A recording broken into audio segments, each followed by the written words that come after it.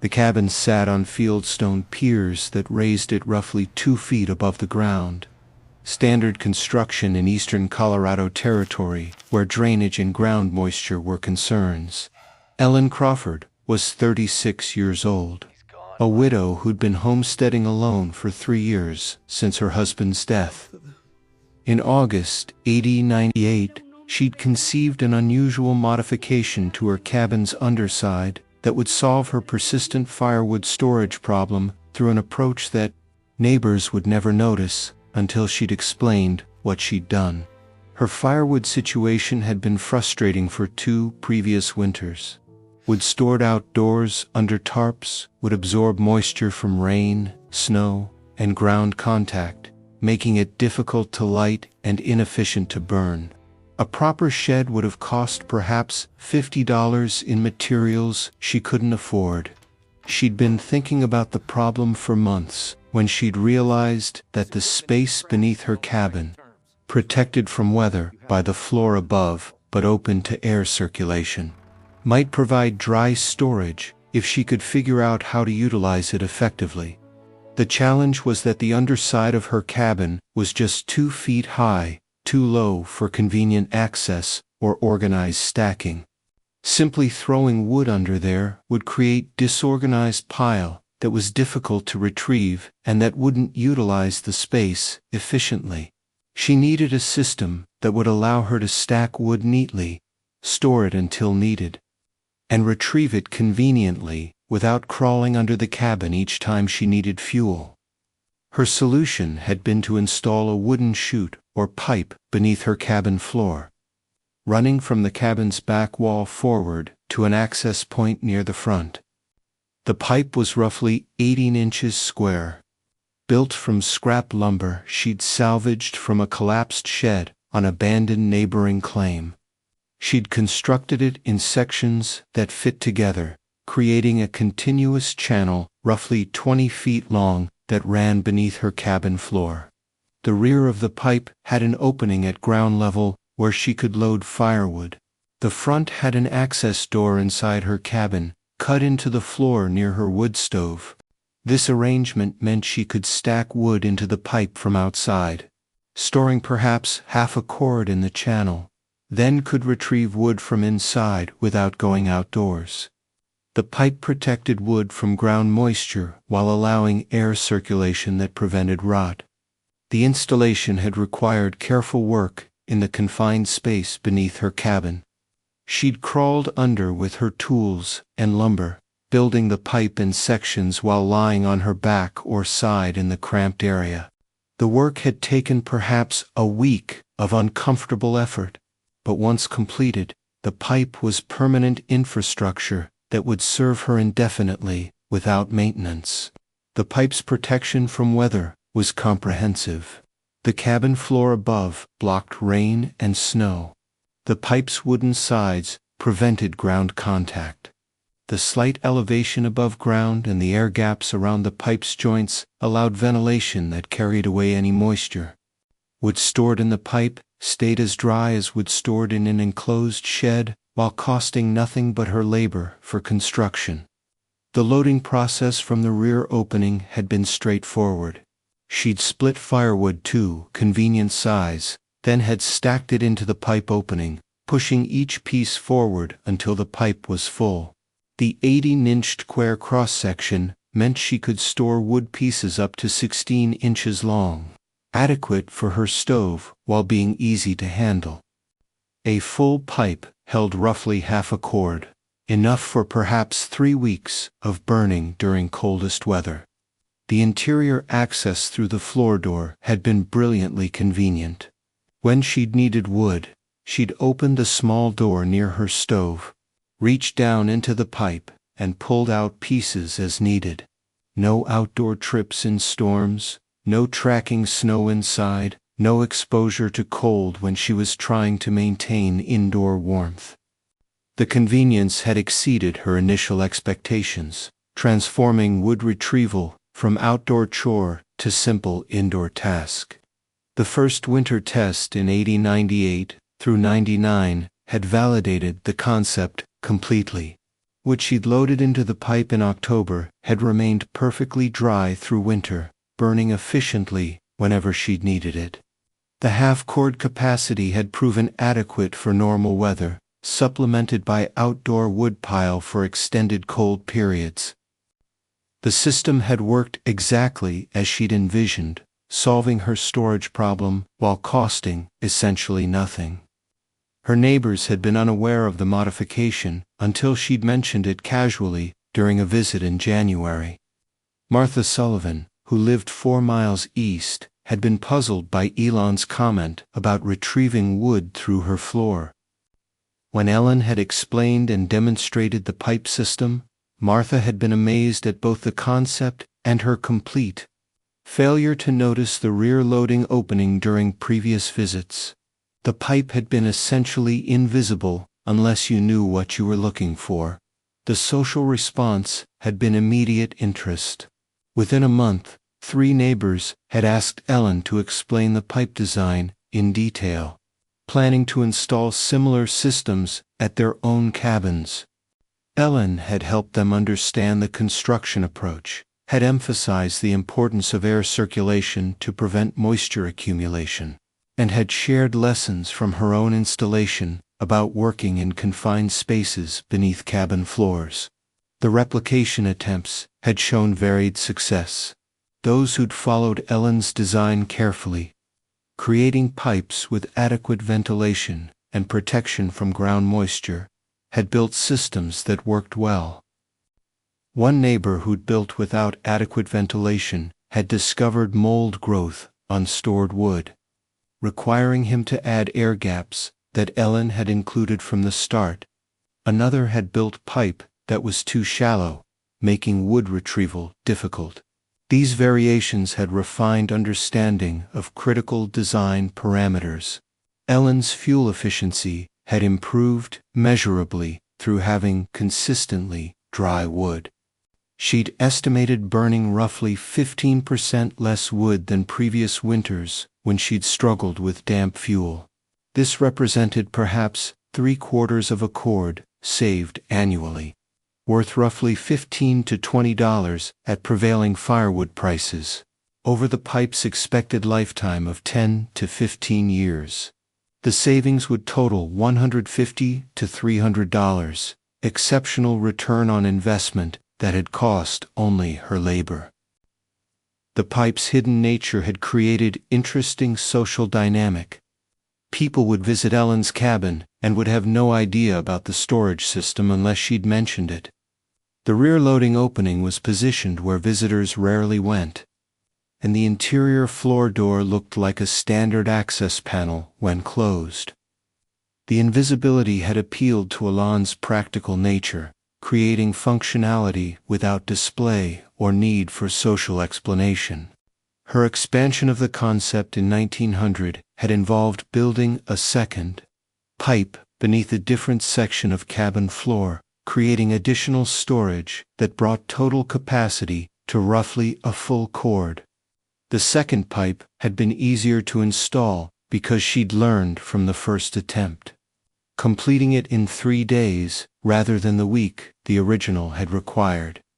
The doubled capacity had meant she could store her entire winter supply underfloor, eliminating outdoor woodpile entirely. In 1901, she'd married Thomas Harrison, a widower who'd admired her practical ingenuity and self-sufficiency. He'd been particularly impressed by the pipe system, recognizing that it demonstrated problem-solving, ability, and willingness to do difficult work that many people would have avoided. The pipes had remained functional after their marriage, continuing to provide convenient dry storage for their combined household. The pipes served them for more than 20 years, from 1898 through the early 1920s, when they'd eventually moved to a larger house. The original construction had required no repairs, no maintenance beyond occasional cleaning, and no replacement of components. The simple design had proven remarkably durable, validating Ellen's careful construction and thoughtful material selection. Ellen had lived to 1936, dying at age 74. The underfloor pipe system had become one of her signature innovations, mentioned frequently when people had described her practical capabilities and frontier resourcefulness. The concept had spread through the community and beyond through word-of-mouth sharing of the idea, creating influence that extended far beyond her immediate household application. Her reflection in later years had been that the pipe system had represented perfect alignment of problem, solution, and available resources. She'd had storage problem, had recognized unused space beneath her cabin, and had possessed the construction skills and salvaged materials to create effective solution. The alignment had created value far exceeding the labor invested, demonstrating that creative thinking about existing resources could solve problems that seemed to require purchasing solutions that were unaffordable. The salvaged lumber she'd used had come from a shed that had collapsed on an abandoned claim roughly a mile from her property. She'd obtained permission from the land office to salvage materials, then had hauled usable boards back to her cabin over several trips. The lumber had been weathered, but structurally sound, adequate for her underfloor application where appearance didn't matter and where moisture exposure would be minimal. Her construction technique had involved building the pipe in 4-foot sections that could be maneuvered into the confined space beneath her cabin. Each section was assembled on the surface, then carried under the cabin and positioned. The sections connected with simple lap joints that created continuous channel while allowing slight movement if ground settled. This sectional approach had made the confined space installation manageable, where trying to build continuously would have been nearly impossible. The ventilation design had been critical to preventing moisture problems. She'd left quarter-inch gaps between board edges, creating passive air circulation throughout the pipe's length. These gaps allowed moisture to escape while being small enough that firewood couldn't shift or become wedged. The balance between ventilation and containment had been achieved through trial and observation during construction, adjusting board spacing based on how pieces fit together. Her decision to position the interior access near the stove had been calculated convenience. Minimizing the distance between wood storage and burning location had reduced the effort required for heating, creating efficiency that mattered during cold weather when every trip across a room represented heat loss. The proximity had also reduced tracked debris from wood handling, keeping her living space cleaner. The loading strategy she'd developed had involved cutting and splitting firewood during summer and fall, then loading the pipe gradually as wood became ready. By November, both pipes would be full, providing buffer supply that would last through early winter. She'd supplement from outdoor pile as needed, but the underfloor supply had provided security that she'd never run completely short during storms when outdoor access was difficult. The wood sizing had been standardized to fit the pipe's dimensions. She'd cut all pieces to roughly 14 inches, allowing them to fit comfortably in the 18-inch pipe with room for air circulation. This standardization had made loading and retrieval predictable, eliminating awkward pieces that wouldn't fit or that would jam during retrieval. The uniformity had been achieved through consistent measurement during splitting, creating discipline that paid off in operational efficiency. Her realization that the pipe was invisible to visitors had been gradual. Initially, she'd expected people to notice the rear loading opening or the interior floor door. But visitors focused on obvious features, missing subtle modifications that weren't highlighted. This invisibility had created privacy advantage, allowing her to maintain functional innovation without needing to explain or defend unconventional choices to people whose approval she didn't need. The teaching role she'd assumed when helping neighbors had been satisfying beyond just the social connection. She'd enjoyed explaining her thinking process, showing how she'd identified problem, considered constraints, and developed solution that worked within her resource limitations. This educational component had demonstrated her capability in ways that silent competence never would, establishing her reputation as someone who could solve problems creatively. The neighbor who'd experienced mold problems had initially blamed Ellen's design, suggesting it was flawed. Ellen had visited his installation and had discovered he'd built pipe directly on ground, without elevation or air gaps, creating moisture trap that her design had specifically avoided. His correction of these oversights had solved his problem while validating that Ellen's original design had incorporated necessary features he'd omitted. The episode had reinforced the importance of understanding why design worked, rather than just copying visible features. Her fuel savings calculations had been careful documentation that had provided concrete evidence of the pipe's value. She'd counted and measured wood consumption before and after pipe installation, creating data that quantified improvement rather than relying on subjective impression. This rigor had been unusual for frontier homesteader, but had been typical of Elon's analytical approach to problem solving. The second pipe installation's faster completion had demonstrated learning curve value. Her first installation had involved figuring out techniques while doing the work. The second had applied proven methods, eliminating trial and error that had consumed time initially. The efficiency gain had been roughly 50%, showing how experience had converted uncertain exploration into confident execution. Thomas Harrison's appreciation of the pipe system had been more than just admiration for clever design.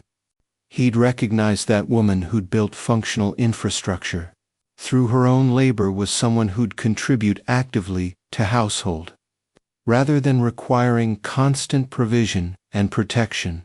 The pipes had been evidence of capability that had made her attractive marriage partner beyond just personal qualities. The pipe's longevity had exceeded what Ellen had projected during construction. She'd hoped for 10 years before needing major repairs. They'd provided more than 20 years of essentially maintenance-free service. This durability had been partly due to careful initial construction and partly due to the protected location that limited weather exposure and physical stress. The longevity had demonstrated that frontier construction could achieve permanent results when design matched application appropriately. Her later consultation work, helping others design underfloor storage, had created modest income that had supplemented household resources. She'd charged perhaps $5 to $10 for consultation, depending on installation complexity, providing expertise that prevented mistakes while creating value for both parties. This income had been meaningful during years when agricultural returns were uncertain. The community's gradual adoption of underfloor pipe storage had created local building tradition that persisted for decades. By the 1910s, perhaps a dozen cabins in the area had similar systems, creating enough critical mass that the practice was transmitted to new arrivals as established technique rather than experimental innovation.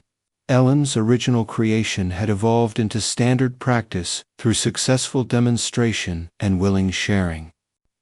Her documentation, through helping others, had created informal knowledge base that survived her death.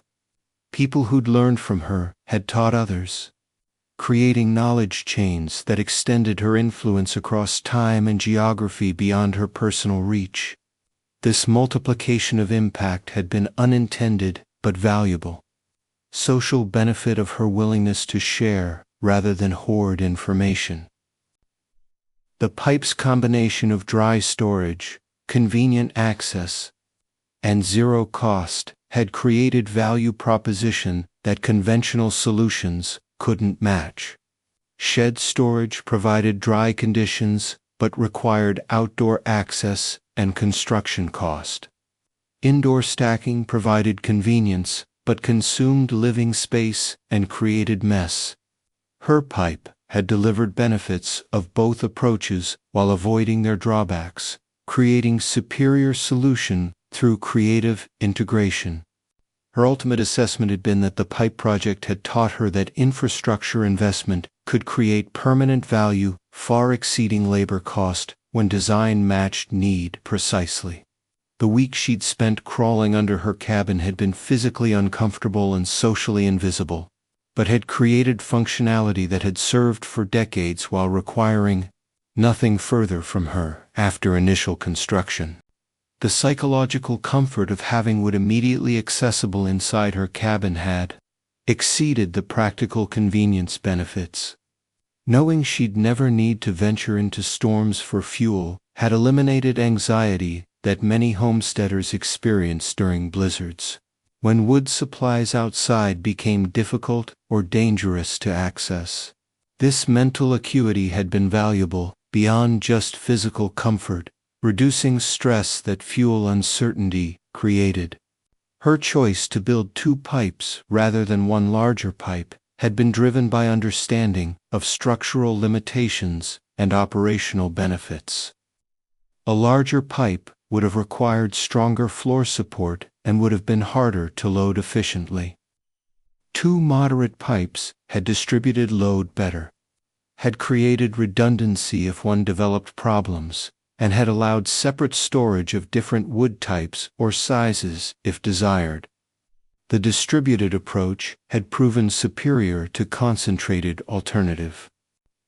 The wood retrieval process she'd developed had involved pulling pieces from the front of the pipe, while gravity helped move remaining wood forward.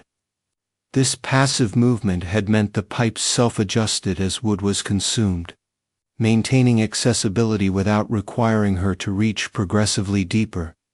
The system had been essentially self-feeding through simple physics rather than mechanical complexity.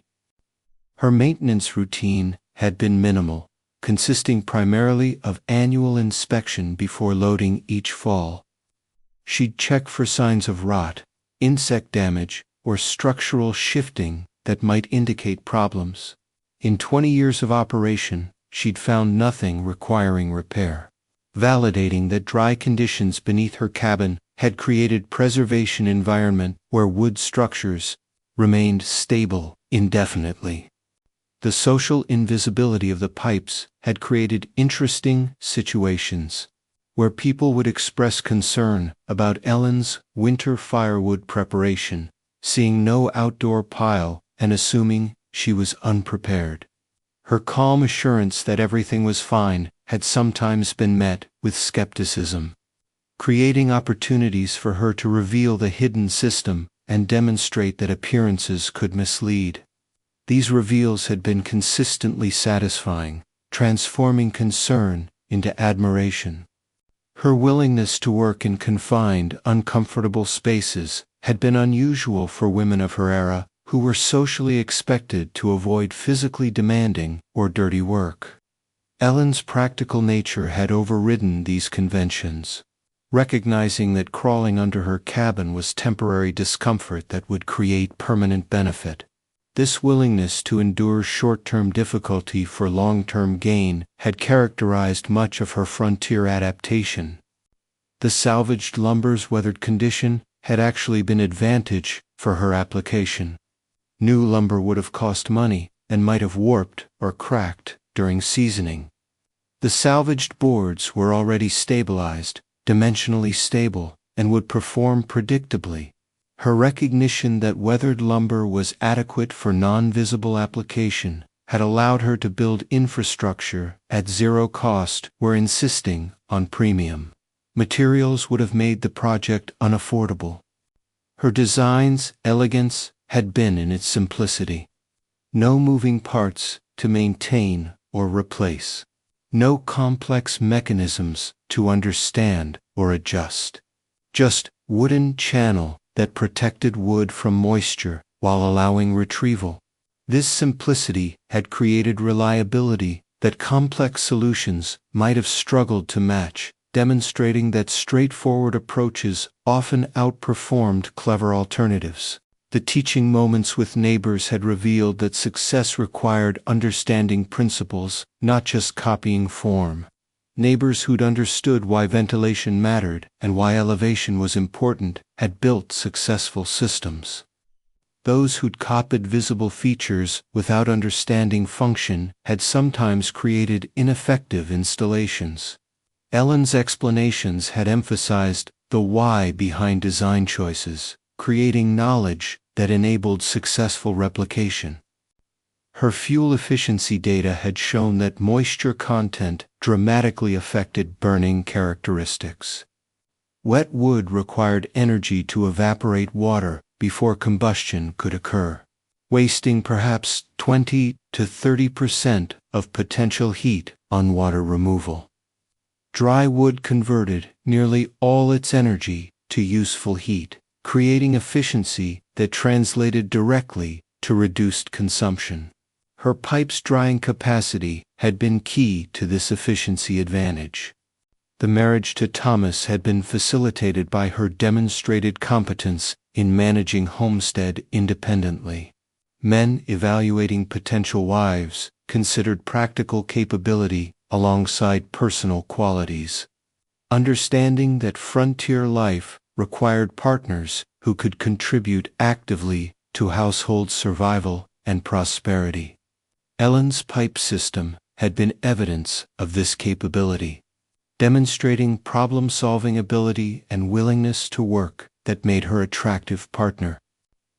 The pipe's continued service after her marriage had validated their design robustness. Different users with different burning patterns and wood sizes had tested the system's versatility, proving it worked across varying conditions rather than only under Ellen's specific usage. This adaptability had demonstrated that good design accommodated variation rather than requiring precise adherence to single operational pattern. Her later reflection on why she'd succeeded where others might have failed had identified key factors. Her analytical thinking that identified root cause of firewood problems as moisture, not just storage. Her creativity in recognizing underfloor space as potential resource. Her construction skills that enabled implementation. Her persistence through uncomfortable installation work. And her willingness to accept unconventional solution that worked better than conventional alternative. These capabilities had combined to enable success that required all elements rather than any single factor alone. The community's eventual acceptance of underfloor storage as normal practice had erased the innovation's unconventional status by the 1920s. New builders would sometimes include underfloor pipes during initial construction rather than retrofitting later, integrating the concept into standard building practice. Ellen's experimental modification had evolved into accepted technique, demonstrating how innovation could transition from radical to routine through successful demonstration. Her documentation through helping others had created more lasting impact than her own installation. Her pipes served her household for 20 years, but the knowledge she'd shared had created dozens of installations serving dozens of households for comparable periods. The multiplication of impact through teaching had exceeded what her individual implementation could achieve, demonstrating that sharing knowledge created greater value than hoarding it for exclusive advantage. The ultimate lesson of her pipe system had been about creative resource utilization. She'd had storage problem, unused space, salvaged materials, construction skills, and willingness to do uncomfortable work. Combining these elements had created solution that conventional thinking would have missed, demonstrating that frontier success often came from innovative combination of existing resources rather than from acquiring new resources that were unavailable or unaffordable.